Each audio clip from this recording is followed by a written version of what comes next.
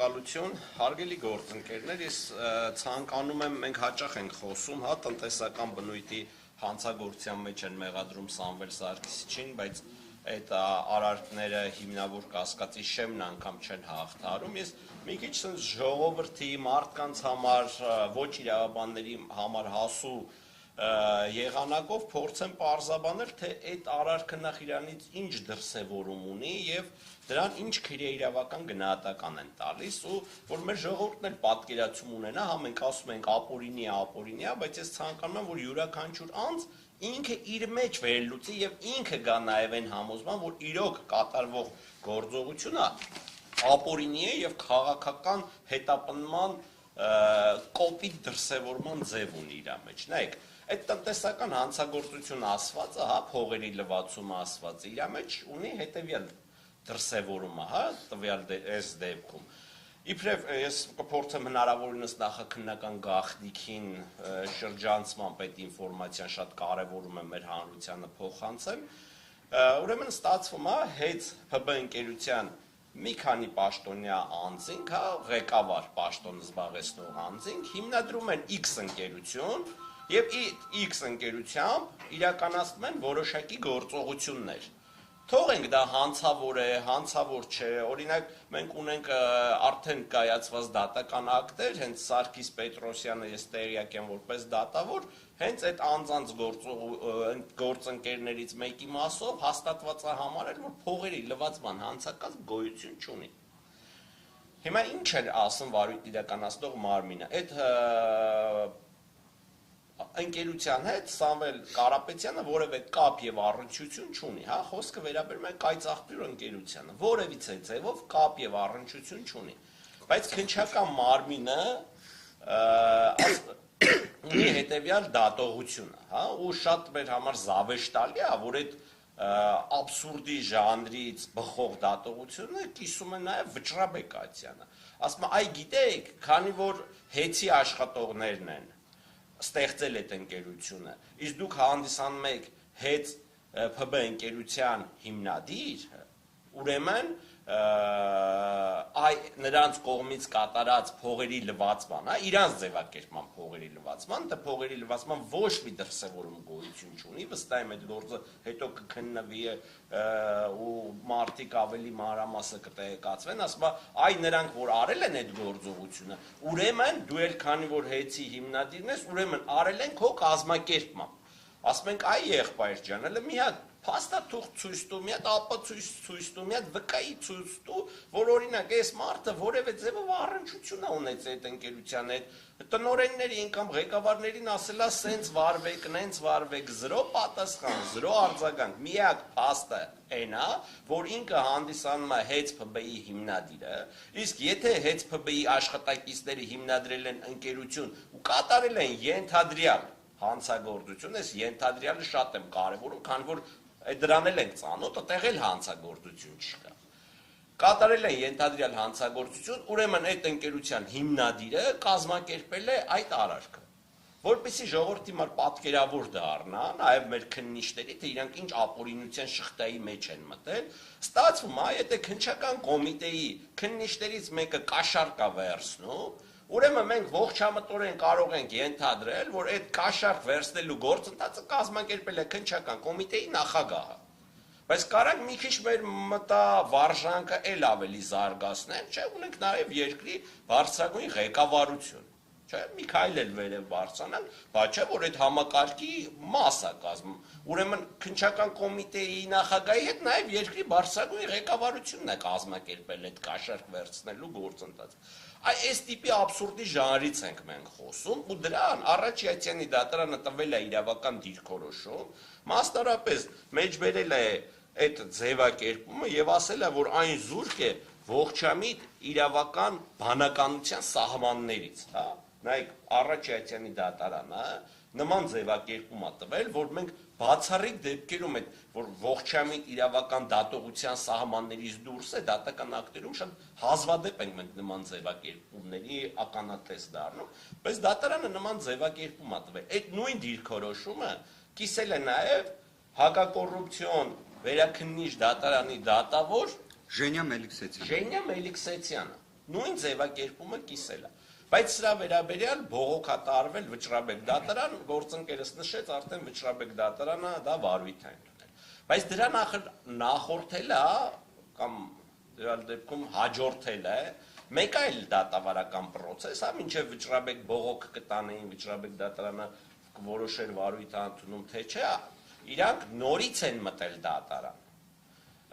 որպեսզի կալանքի ժամկետ երկարացնեն։ Երբ որ նորից են մտել դատարան, այդ ժամանակ իբր էս եղածը մի կարում էին հիմնավորեին, մի դրվագ էին ավելացրել, իբրև թե փողերի լվացման դրվագ։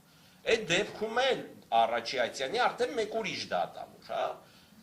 որոշում կայացրեց եւ հիմնավորված համարեց, որ հաստատեց, որ հիմնավոր կասկածի առկայություն, ինչպես են սկզբնական դեպքում, այնպես էլ էս երկրորդ դրվագում, որը նոր էր, բացարձակ գոյություն չունի։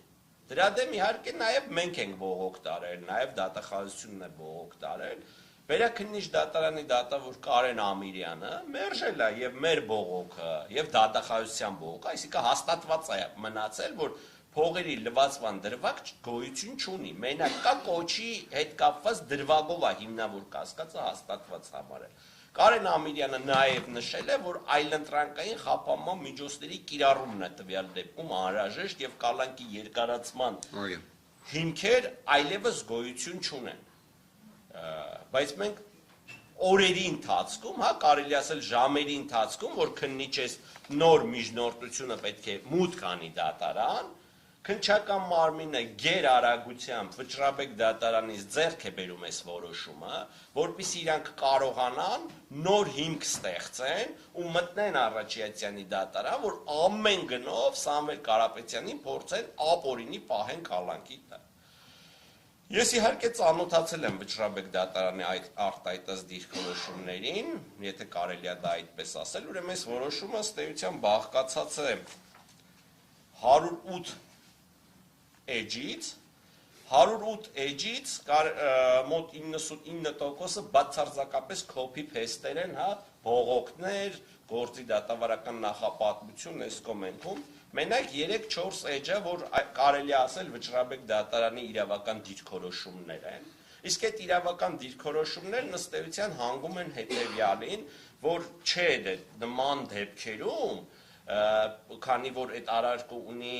ավելի լատենտային հատկանիշ, նման դեպքերում հիմնավոր կասկածի շեմը պետք է ավելի նվազ գնահատել եւ պետք է հիմնավոր կասկածի առկայությունը փաստել։ Ես խորը մտավախություն ունեմ եւ Աստված, որ այդ մտավախությունը երբևէ չհաստատվի, որ այս որոշումը չի գրվել Վճռաբեկ դատարանում։ Վճռաբեկ դատարանի դատավորները այդ 14 հատորանոց գործի նյութերին, չգիտեմ այն ժամանակ քանի հատոր էր։ 14 էր։ Հատոր գործի նյութերին չեն էլ ծանոթացել։ Վստահ եմ, այնտեղ մենք ունենք 5 դատավոր, իրանք ոնց են նայելու իրանք օգնականների աչքերին, ու ամեն մի օգնականի մոտ հիմա ես դատարանում դատավորի օգնական եղել եմ ու գիտեմ ծավալուն գործով դատական ակտ գրել են էլ մի քանի դատավորների խմբի կազմում, ինչքան ծավալուն քննարկումներ իրանց մեջ պետքա տեղի ունենացած լինի։ Ես խիստ մտավախություն ունեմ, որ իրանք չեն գրել ու ոնց են նայելու իրանց օգնականների աչքերին, թե ի վերջո այդ օգնականները չեն մասնակցել այդ քննարկումներին, չեն կազմել դատական ակտերի նախագծեր, այս ակտը որտեղից ի հայտ եկա, ոչ ոք իմ խորին համոզմամբ չի կարտացել, դա սա իմ սուբյեկտիվ կարծիքն է, իմ սուբյեկտիվ ենթադրությունն է, հիմնված այն փաստերի վրա, որ այսպիսի գերարագությամբ իրանք չէին կարող այդ ծավալուն գործը ուսումնասիրել, այդ ծավալուն գործը քննարկել ու վերլուծել եւ գալ նման անտրամաբանական անհիմն հետևության։ Այս դատական ակտով, թեև իրենք կոչված են երաշխավորելու արտարադատության, դատական համակարգի հեղինակությունը, բայց այս դատական ակտով իրանք արտարադատության ու դատական համակարգի հեղինակությունը նսեմացնում ու մասնապատիկ ցածրացնում են։ Ստեղ իրանք շատ սխալ իրավական վերլուծությունների են հանգել ու ելի եմ ասում, եթե հեծի աշխատողները կատարել են ձևականորեն, պայմանական վերցած, որևիցե հանցանք ու դա կարելի է վերել, ասել ուրեմն հեծի հիմնադիրը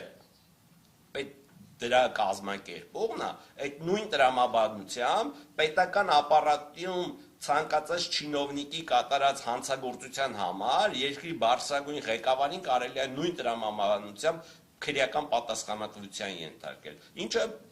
թե ես եմ ասում, թե դատական ակտ կայացրած դատավորներն են ասում, զուրկ է ողջամիտ տրամաբանության, ողջամիտ բանականության սահմաններից։ Բայց ինչի է այսքան բանն արվում, էլի մենք նաև սրա ակունքներին պետք է գանք, ժողովուրդ ջան, վստահ եմ բոլորը նկատեցիք, որ փողերի լվացման այս հատկանիշները երբ որ դուրս եկան, թե պետական մակարդակներում, հա, ժողովրդի մեջ, բոլորը դատապարտում են այդ դրսևորումը, որ ոնց կարելի է եկեղեցուն պաշտպանելու խոսք ասվի եւ դա համարվի հանցագործություն։ Դրա վերաբերյալ նաև միջազգային հանրությունից ենք բազմաթիվ բացասական արձագանքներ լսում, այսպես ասած, մեր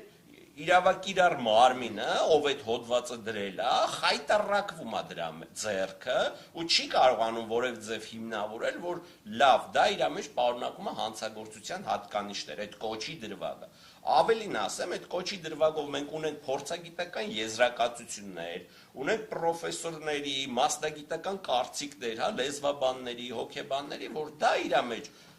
իշխանությունը զավթելու, չգիտեմ, իշխանությունը յուրացնելու որևէ էլեմենտ իր մեջ չի պարունակում։ Դա ուղղակի եկեղեցուն պաշտպանելու վերաբերյալ մարդու արտահայտած խոսք է։ Այսինքն ստացվում է, որ մեր քննչական մարմինները,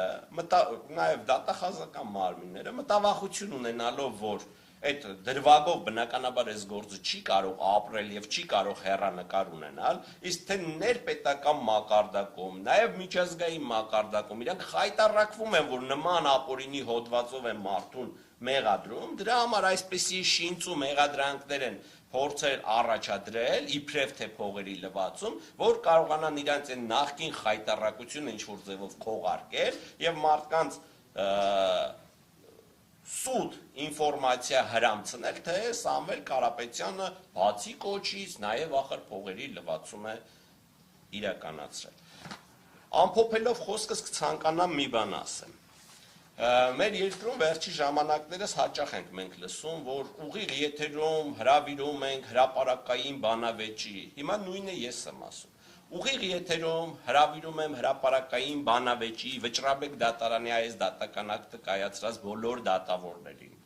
Թող գան եւ փորձեն հիմնավորել, որ կատարել են օրենքից, սահմանադրությունից եւ հենց այդ գործի հանգամանքներից բխող